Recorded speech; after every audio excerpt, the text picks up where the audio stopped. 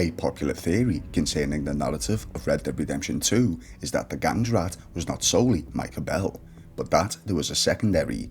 Of course, we have the falsified confession of Molly O'Shea, which she seemed to produce purely out of anger and resentment towards Dutch van der Linde, but there is evidence strong enough to raise an eyebrow or two towards none other than Abigail Roberts. This is a theory I've covered previously a couple of years back, but after revising the topic once more, I believe there are some key points I missed originally that are enough to warrant a revisit of the subject. So today, that's what we're going to be looking at. Welcome to the video. You're listening to Phil of Philby Gaming. If you enjoy the following, you all know what to do, and if you're new to the channel and haven't subscribed already, after watching, please consider doing so, as well as sharing with those you may feel would enjoy content such as this. Without further delay, and as forewarned, be sure to be mindful of the major spoilers to the narrative of the title. Let's begin with today's video. The real traitor of the Van der Linde gang, the Abigail Roberts theory. Before we begin delving into our theory, just who was Abigail Roberts? Abigail Roberts, later Abigail Marston, was born in 1887. As an orphan, she felt forced into soliciting herself later in life strictly to survive, whilst also playing the piano in bars and saloons. In 1894, at the tender age of 17, she was discovered by Uncle, a member of the Van der Linde posse of outlaws, and brought into the mix, as explained, to be a bit of fun for the boys. According to both Dutch van der Linde and Bill Williamson, most of the men had had their way with her, but Abigail took a particular shine to one John Marston. After spending some time together, Abigail would fall pregnant to John and soon birth their child, Jack, at the age of 18, in turn leaving her profession as a courtesan behind.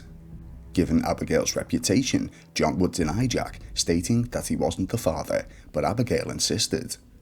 When young Jack was around a year old, John would flee the gang for around a full year, potentially due to the pressures of fatherhood, although this is never fully admitted. He would return, but continue to deny Jack as his own, despite pleas from Abigail, as well as members such as Hosea, Arthur, and founder Dutch van der Linde. Abigail wanted a family. This is where the cogs begin to turn in her mind on how exactly she would approach this. Life in the late 19th century was tough enough on its own, so for a young single mother, just how far would she be willing to go to ensure that this didn't happen? So let's look at the events in which we witness, beginning with the prologue and continuing to the final moments of chapter 6, as we piece together the actions and potential intentions of Abigail. Beginning with chapter 1, the Blackwater ferry disaster. We all know the story of the ferry heist, but for those who are a little unclear, allow me to give a brief breakdown of the events. The heist was conducted by the Van der Linde gang upon a ferry carrying payroll. Albeit starting off relatively smoothly, things soon took a turn for the worse, as later explained by both Javier Escuela and Dutch van der Linde. Hey, I ain't had time to ask. What really went down back there on that boat? We missed you. That's what happened. Come on. Oh. So, you were there, Javier. What really happened on that boat? We had the money, it seemed fine. And suddenly they were everywhere. Bounty hunters? No, Pinkertons. It was crazy. Raining bullets. Several were killed, captured, or at the very least wounded upon said heist. One of the wounded, by way of a gunshot, was John Marston. As the wound wasn't too severe, Dutch sent John on ahead to scout for any law following during their escape into the snowy mountains. John gets himself lost due to his horse giving way, but how does this tie in with Abigail? The theory suggests that as Abigail couldn't seem to pry John away from the gang to live the life she wanted, as stated in the following. At my age, I thought I'd be living on some farm somewhere, having some serving girl feed me freshly peeled grapes and another massage my feet. Funny how things turn out. She went as far as to inform the Pinkerton Detective Agency, as well as the local law, to the heist, with intentions that if most of the gang were killed or captured, John may realise that this life was too dangerous for him and flee with both Abigail and Jack. Unfortunately, John was wounded in the crossfire. Abigail wouldn't have been too happy at the fact that Dutch had sent a wounded John on ahead, considering the risks this would put him in due to not only the gunshot, but the treacherous terrain in which he found himself.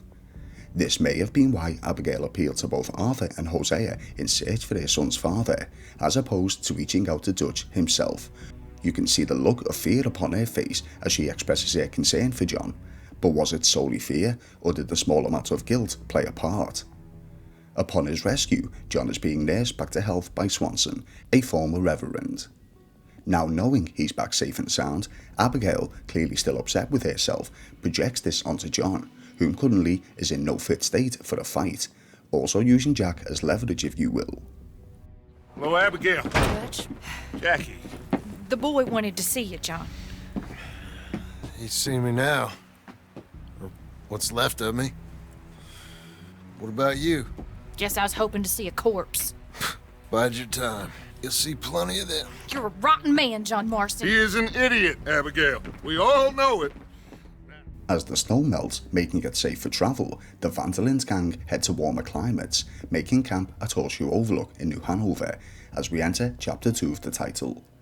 It's during this lengthy chapter that we find further evidence to this theory. Shortly after arriving, Abigail has a conversation with Hosea Matthews. I'm frightened, Hosea.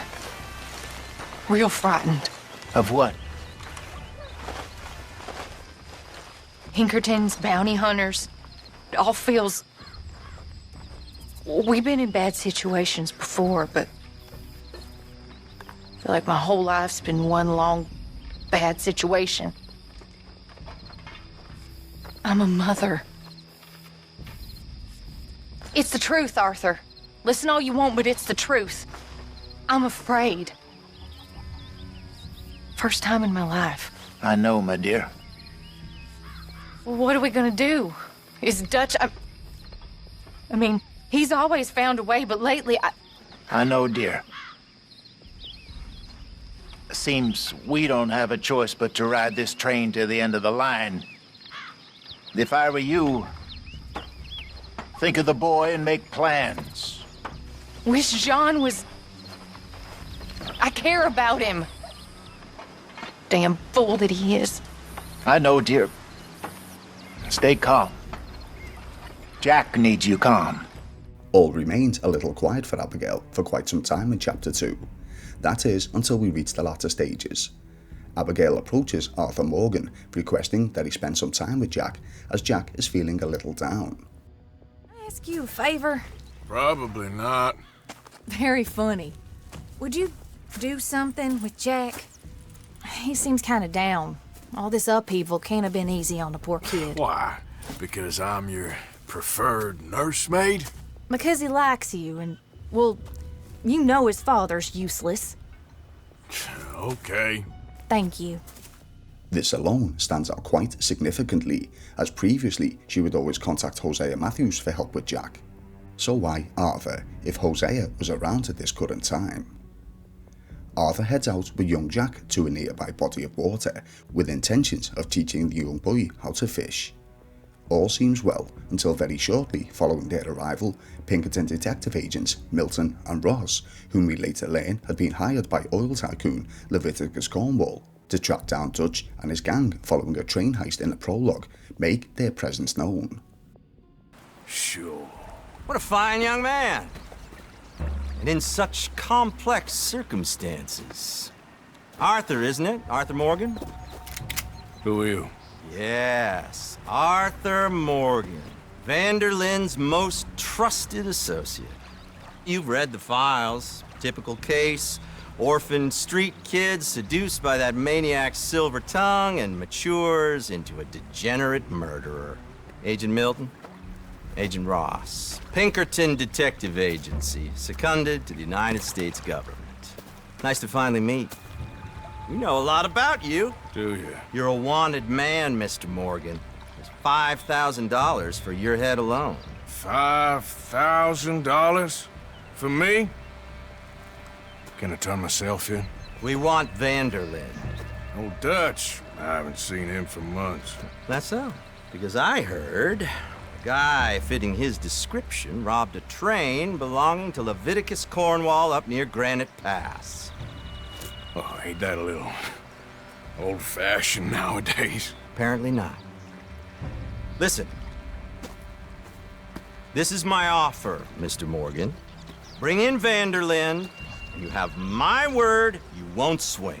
Oh, I ain't gonna swing anyways, Agent, Milton. You see, I haven't done anything wrong, aside from not play the games to your rules. Spare me the philosophy lesson. I've already heard it from Mac Callender. Mac Callender? He was pretty shot up by the time I got to him. So really, it was more of a mercy killing. Slow, but merciful. You enjoy being a rich man's toy, do you? I enjoy society, flaws and all. You people venerate savagery, and you will die. Savagely, all of you. Oh, we're all gonna die, Agent. Some of us sooner than others. Good day, Mr. Morgan. Goodbye. Enjoy your fishing, kid, while you still can. Who are they? No one to worry about, no one at all. Come on, let's pick up your things and get home. There's a small piece of evidence to note during this interaction. Following the end of the conversation, Arthur, for a moment, considers drawing his pistol upon the pair, but declines as he's in the presence of Jack. The theory goes that Abigail told the agent that Arthur would be nearby, knowing that the agents wouldn't open fire whilst young Jack was there too. But why the risk? Abigail wanted Dutch out of the picture, believing that this may be just enough to convince John to leave with her and Jack, hence Milton's offer to Arthur to hand in Dutch. This is further emphasised upon the pair's return to camp, where Abigail knew something was off, even though Arthur in no way indicated this. There you are! How you boys getting on? Great! We caught a fish, and I made you this necklace. Ain't that pretty? Ain't I the luckiest? Did you thank Uncle Arthur? No need. We had a good time. What's wrong? Nothing. Just met some folk. I better go speak with Dutch. Okay. Hey, you did real fine, kid. Thanks. Shortly after, John and Arthur head out in hopes of obtaining a flock of sheep from some shepherds, with intentions of selling them at market. The robbery goes off pretty smoothly, although they get a little bumped during the sale. It's during this scene that John informs Arthur that Dutch is in town, much to the surprise of Arthur. After meeting, John leaves the saloon but is soon captured by Cornwall's men, whom alongside Cornwall have located Dutch and the gang in a very quick manner. Vanderlyn! Get out here! Get out What here the now! hell? Vanderlyn! You don't know me, but you keep robbing me! My name is Leviticus Cornwall. I am not a man to be messed with by the likes of you! Get out here before I have these men killed! What do you think? Get out here, Well, you depraved piece of trash! You start spinning the yarn. When I think the moment's right, I'll make a move. I got where I am by letting Why scum not? like you rob from me! Vanderlyn, you're done! Now get out here now! Deal with this nonsense. Please, gentlemen, this is a terrible mistake. This is a case of mistaken identity. What is worse than admonishing a man for the sins of another who wants to be the Messiah? Not me. No. But the question is, how did Cornwall know exactly where to find Dutch? Well, if John knew about Dutch's location, there's a possibility that Abigail did too, and with their intentions remaining the same, did she inform the local lord of this? Was this why John was taken prisoner? Was he leverage? At this point, I don't believe John was aware of Abigail's intentions, as he was quick enough to fend off the attackers. Following the altercation in Valentine, the gang are forced to flee their camp of Horseshoe Overlook, heading further south and setting up in an entirely new area, Lemoyne, at a place called Clemens Point, thus entering Chapter 3 of the title. During the Clemens Point chapter, there's not a great deal of evidence supporting this theory until the latter stages. Following the gang inserting themselves in the feud between two rivaling families, the Greys and the Braithwaites, poor young Jack is kidnapped from Clemens Point and later sent to Angelo Bronte. Now at this point, this certainly wasn't Abigail's planning, as I believe this was more the work of the Pinkerton Detective Agency, whom for a second time are happy to use young Jack as leverage to draw out the entire Van der Linde's gang. Arthur, have you seen the boy, Jack? No.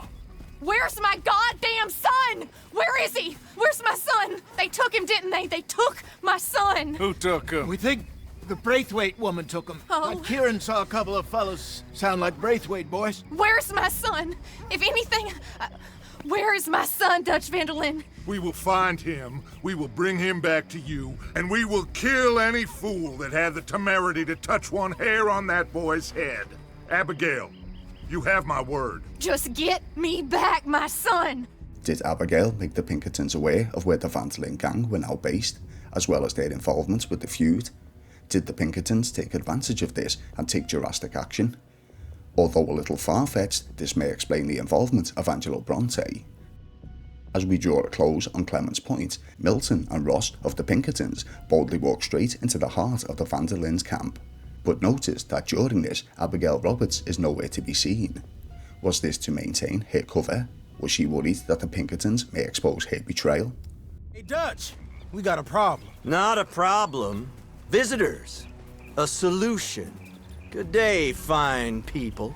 Mr. Van der Linde, Mr. Matthews, I presume. And who are you? Rip Van Winkle. Huh. Good day, sir. Agent Milton, Pinkerton Detective Agency. Agent Ross. Ah, Mr. Morgan, nice to see you again. And to what do we owe the pleasure, Agent Moron? I don't know if you're aware, but this is a civilized land now. We didn't kill all them savages only to allow the likes of you to act like human dignity, and basic decency was outmoded or not yet invented. This thing, it's done. This place ain't no such thing as civilized. It's man, so in love with greed, he has forgotten himself and found only appetites. And as a consequence, that lets you take what you please, kill whom you please, and hang the rest of us? Who made you the messiah to these lost souls you've led so horribly astray? I'm nothing but a seeker, Mr. Milton. You ain't much of anything more than a killer, Mr. Van der Linde. But I came to make a deal. It's time. You come with me, and I give the rest of you 3 days to run off, disappear, and go and live like human beings someplace else. You came for me? Risk life and limb in this den of lowlifes and murderers so that they might live and love? Ain't that fine? I don't want to kill all these folk, Dutch. Just you. In that case, it'd be my honor to join you. Excuse me, friends. I have an appointment to keep with... I think your new friend should leave now, Dutch. You're making a big mistake. All of you. Yeah, dreadful. We have got something. Something to live and die for. How awful for us. Mr. Milton, stop following us. We'll be gone soon. I'm afraid I can't. And when I return, I'll be with 50 men. All of you will die. Run away from this place, you fools! Run! Come on. Get your damn hands off of me, boy. Following their discovery, the gang must once again pack up and leave, this time even further south to an old plantation house by the name of Shady Belle, in which Arthur and Lenny had uncovered earlier in the title, as we head into Chapter 4. Following the admittance from Catherine Braithwaite, Dutch and Arthur head to Saint-Denis in search of Angelo Bronte. Soon discovering his home, Bronte puts the gang to work by having Arthur and John track down a group of grave robbers whom have refused to kick back to the mobster.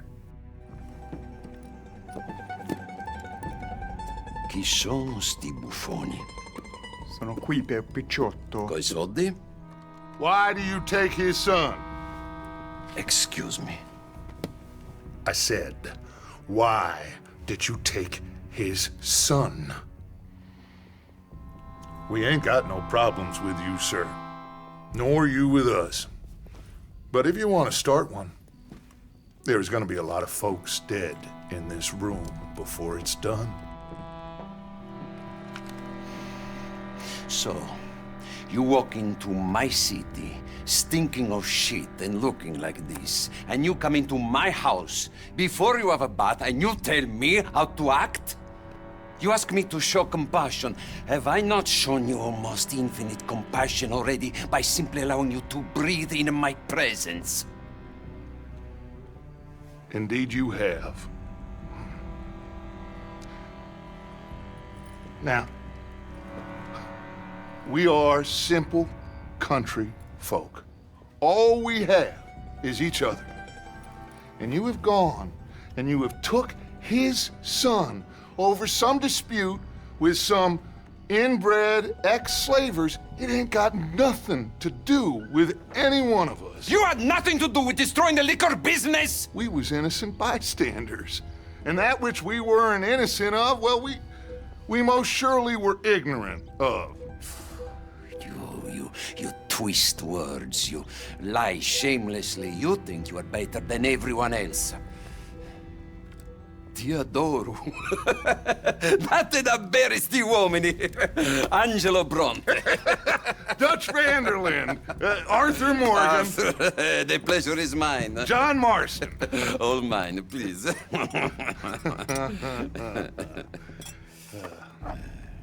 So, can my friend have his son? Of course, of course. But, should I be out of pocket over a misunderstanding? Of course I know you would not want that, huh?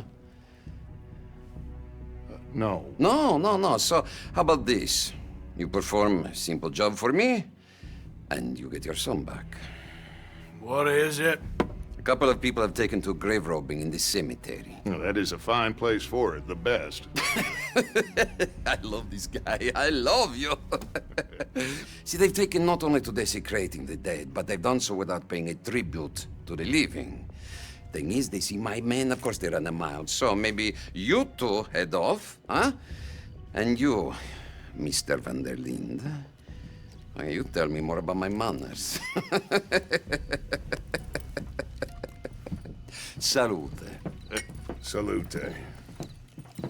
Once again, the law turned up pretty fast, emphasising that Bronte had other intentions. Was Bronte hoping that Arthur and John would be wiped out by the law? Was he working alongside the agents? We already know that he has the police department of Saint-Denis in his back pocket, but there's more to be questioned. Why would Bronte, a criminal lord in the city of Saint-Denis, concern himself with a bunch of outlaws? And why would he invite them to a party at the mayor's house? I think Abigail had a hand in some of this, but certainly didn't want or expect the Pinkerton agent to involve Jack. The initial plan seems to have backfired. It could be perceived that the Pinkertons worked alongside Angelo Bronte with intentions of bringing the gang to its knees, hence the trolley station robbery, which was clearly a setup. There's almost nothing here. There should be stacks of cash in there. He told us there was. Look again. There's no stacks. A few dollars in coins, that's it. Damn! We got a problem. There's a ton of cops out there. Come on now! We got you surrounded! That greasy son of a bitch! He set us up! You think? It seemed like a good time for sarcasm to you, Arthur. What we gonna do, gentlemen? Something!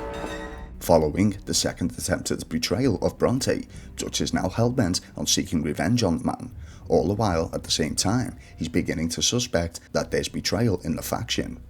How else would the law, the Pinkertons, and Bronte all know so much? He says as much during the Country Pursuits mission, where he feels that due to John beginning to question not only Dutch's actions, but his motives too, believes that Abigail may be in John's ear.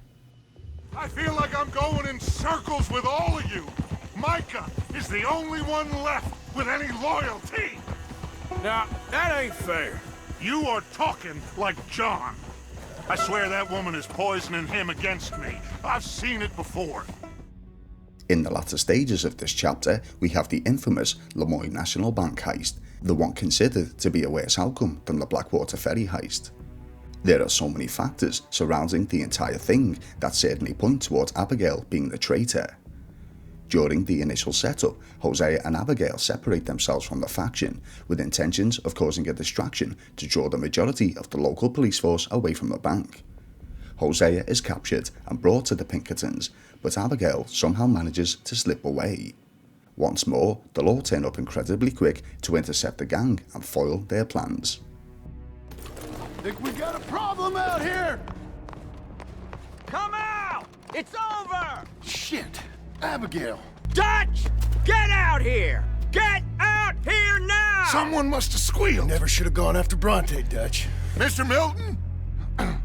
Let my friend go! Or folks, they are gonna get shot unnecessarily! Your friend? Why would I do that? Come on, Milton! It's over. No more bargains, no more deals. Mr. Milton, this is America. You can always cut a deal. I've given you enough chances. Come on!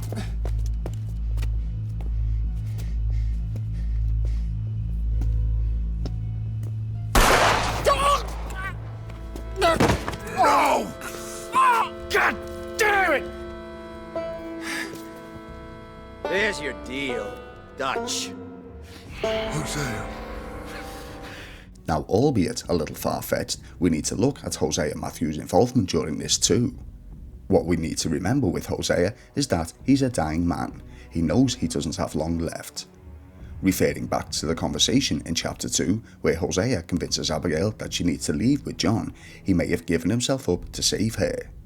Abigail may have confided in Hosea that she had informed the Pinkertons of the bank heist, and Hosea sent himself in as leverage to draw out the gang, thinking they may give themselves up.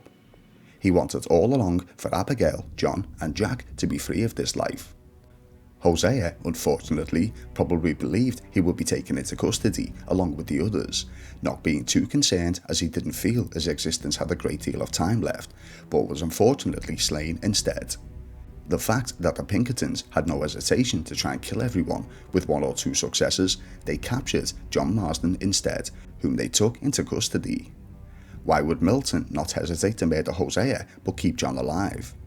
This may have been an agreement with Abigail in exchange for the information provided. I believe she didn't think Hosea would be killed, as she wouldn't wish this upon him given how close they were, but Agent Milton was at the end of his tether with it all and acted drastically. Following the botched heist, the gang escaped during nightfall from the city of Saint-Denis by boat. Unfortunately, the boat capsizes during a storm, and a few of the surviving gang members find themselves on the island of Guam, just off the coast of Cuba. This is where we enter chapter 5 of the narrative. During the gang's time on Guam, Dutch begins to suspect Abigail and John are betraying the gang for the same reasons we've just discussed, although Arthur can't quite comprehend this theory. So what happened with John in that bank? He survived. Unlike dear Hosea and Lenny, the only one they took alive. Why is that, you think? I don't know. I was already on the roof. I didn't see it. And Abigail, I presume she was able to slip away in time. What are you talking about? You know, when I look back at all the chaos of the past few weeks, the apparent superficial chaos, I begin to wonder, maybe, for somebody, this is all going exactly to plan. Still ain't sure what you're saying, Dutch. Nor am I, quite, but that many Pinkertons arriving like clockwork once again?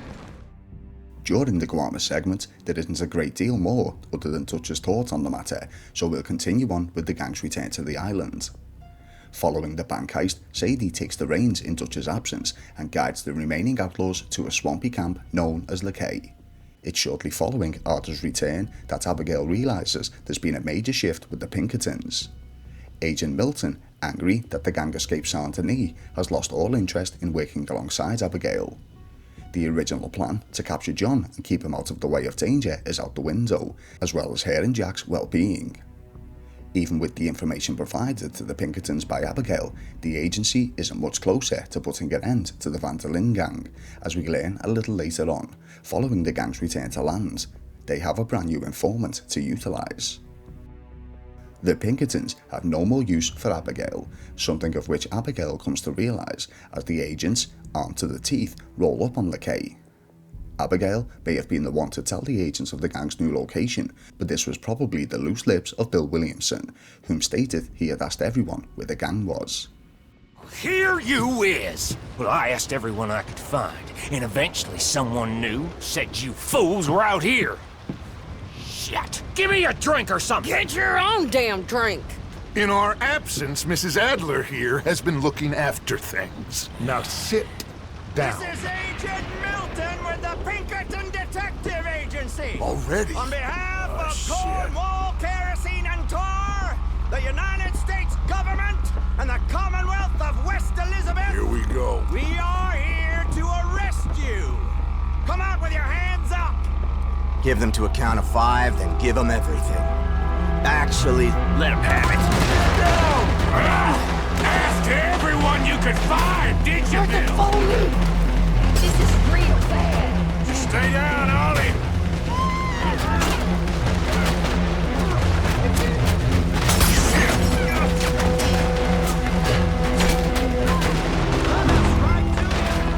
Okay, take the other side. Mistook it for weakness. Now I will show strength, and you may mistake it for brutality. There is no escape for any of you. I shall hunt you to the ends of the earth and the end of time. I killed your friends. Really starting to irritate me. Each and every one of you. The gang battled back against the Pinkertons without any casualties, and now Abigail is in a bit of a predicament. The agreement of John's incarceration, maintaining his safety whilst all other gang members are captured or killed, is now in jeopardy. The Pinkertons have turned on her, putting herself and Jack in grave danger. She knows she can't trust Milton to keep his word and release John too, so after begging Dutch for help, who's put the initial idea off as he still believes John and Abigail are betraying him, she turns to Sadie and Arthur for help instead. What are you gonna do about John, Dutch? John? He's in jail. We'll get him. Abigail, just not yet. There's talk of hanging him. It's not gonna come to that. Dutch! Not now, Miss. Not now. I'm begging you to. They're gonna hang him. Break the boy's heart. Please, do something. We will. Chapter 5 is a pretty short one, and there's only one more piece of evidence I can think of in this chapter to add weight to the theory, and it's in the very last moments. Molly O'Shea, whom Dutch has been ignoring for some time, is brought back to camp after going AWOL. Heavily intoxicated, she confesses that the informant was actually herself. How you get on? Okay. Found a girl. Took her home. Oh. You and Micah find anything? Maybe. I think maybe. I found our old friend, Mr. Cornwall. You did? Yeah. He's buying a stake in the mine in Annisburg. Relentlessly ambitious fella, isn't he? Mike and I'll sniff about, see if he knows we're here, and exactly what his plans are. So, Dutch, did you miss me? I found her drunk in Saint-Denis. You're back. How jolly, Miss O'Shea. It's funny, you sack of shit. Back Who and you? drunk. The Master, the Lord Molly, God Almighty. calm down. I won't be ignored. Dutch Van der Linde, I am him. I ain't her. Or any of your stooges. Calm You yourself, don't know me nothing. miss. I don't know you nothing. Nothing. Okay. I'll spit in your eye. I did. I told them. I'm sorry? Yeah, I told them and I tell them again. Now I've got God's ear. You told who what? Mr. Milton and Mr. Ross about the bank robbery, and I wanted them to kill you. You did what? I loved you, you goddamn bastard! Go on, shoot me! Crazy. She ain't worth it. You told on me. Oh, you're You not so betrayed big now, me. are you? What? You calm down. Arthur? She's a fool. Get her out of here. You know the rules. You're not so big now. Are we, Your Majesty? You... Traitor!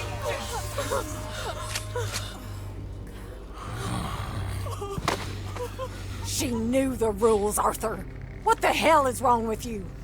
Mr. Pearson, Mr. Williamson, get this body out of here and get it burnt. Okay. Now get back to work, all of you! Quit your lollygagging! Get back to work! Although we could put it down to the shock of Molly's murder, take a look at Abigail's reaction during this. It appears to be a mix of guilt and fear.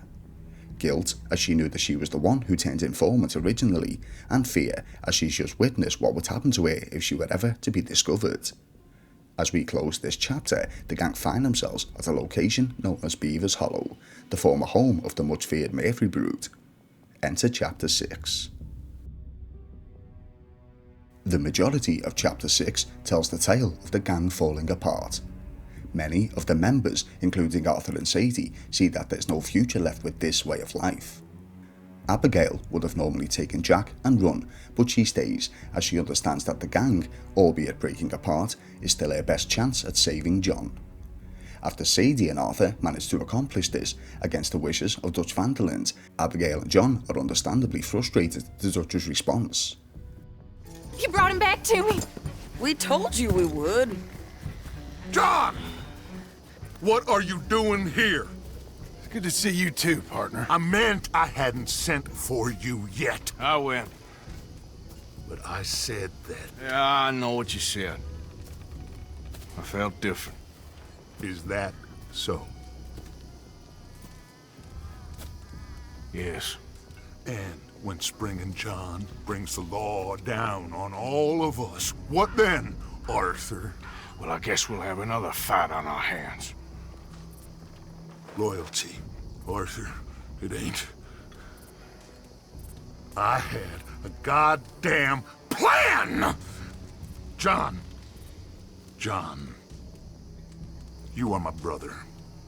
You are my son. I was coming for you. They was talking of hanging me, Dutch. They was talking. They was talking. And now they may come and hang us all.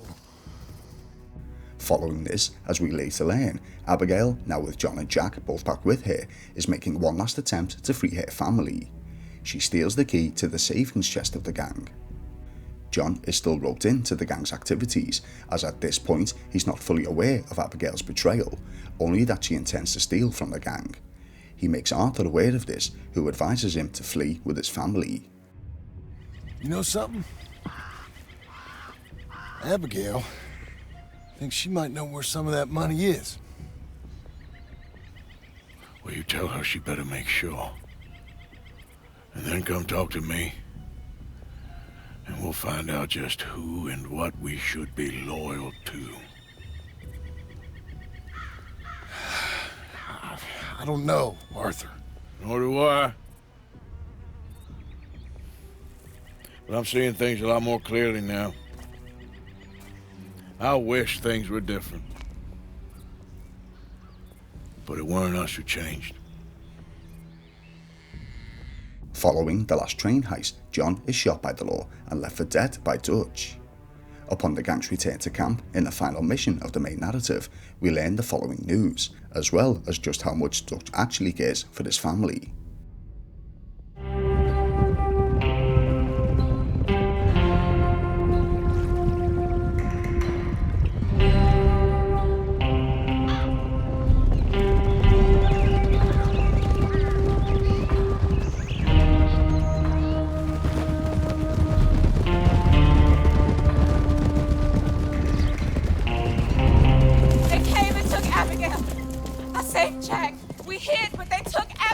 Who did? Agent Milton and his men took her to Van Horn to be put on a boat and tried for murder. I am sorry to hear that. We gotta let her go. John's, well, sorry, son. Without John, she's just bait. Got a bunch of money, Dutch. She's just a girl. They won't do nothing to her. But me and the boys know. Yep. We need to keep riding on this one, Dutch. You know it. Every man here knows So we it. just gonna let the boy be made an orphan? It ain't like that. What is it like? I wanna live, cowpoke. I still got the choice. Dutch, it's just a girl. You're right. Micah, it pains me to say it, Arthur, but he's right. Hutch! Come on, boys. Yeah!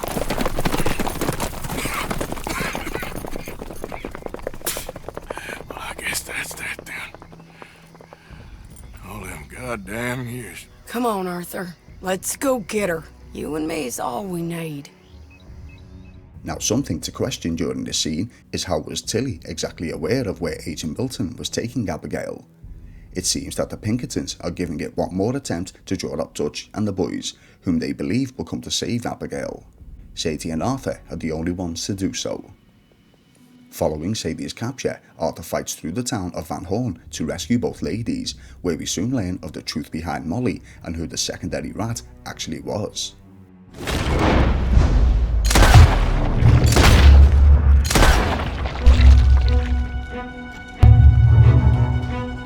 Okay, ladies, let's get out of here.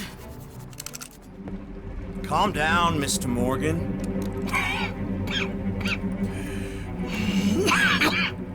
That's quite a cough. Sure. Tuberculosis. I'll be dead soon. And you with me, Mr. Milton? You'll be dead, sure. But I'm gonna be just fine. We offered you a deal, Mr. Morgan. Should have taken it. I'm a fool, Mr. Milton. Not all you boys have quite so many scruples. Old Micah Bell. Micah? You mean Molly? Molly O'Shea? Sweated her a couple of times, never talked a word, had to let her go. Micah Bell.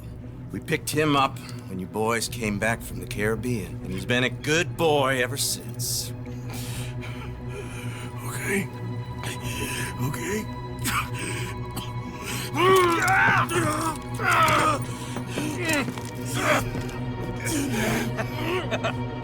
Using your strength, Mr. Morgan.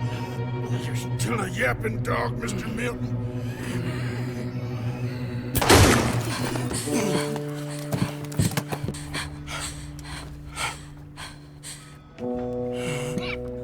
Horrible man.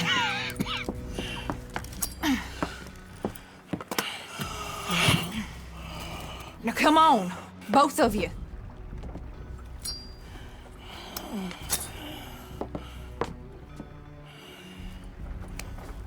Although Abigail is no longer considered to be working alongside the Pinkertons, there's still the fact that she did at one point. As Milton reels off about Molly's loyalty and Micah's betrayal, was he about to reveal the truth about Abigail to Arthur before killing him? Was this why Abigail was the one to put Milton down? Now some may question that as Milton's about to try and kill Arthur, what would be the point? Well, let's look at Sadie Adler. Milton hasn't killed her, even though she's considered a top gun woman for the gang. He's tied her up instead. Was Milton expressing all of this information with intentions of letting Sadie go and return to the gang to tell them everything? This may have been his final attempt at breaking the Van der Linde gang apart. Of course, Arthur, Sadie and Abigail survive, giving Arthur an opportunity to return to the gang and tell the truth as to who the traitor actually is, or what parts of the truth he's aware of at least. Get them bags packed up quick, Miss Grimshaw. Come on, all of you. Well, we're doing our best. Hurry, we ain't got long. Hurry.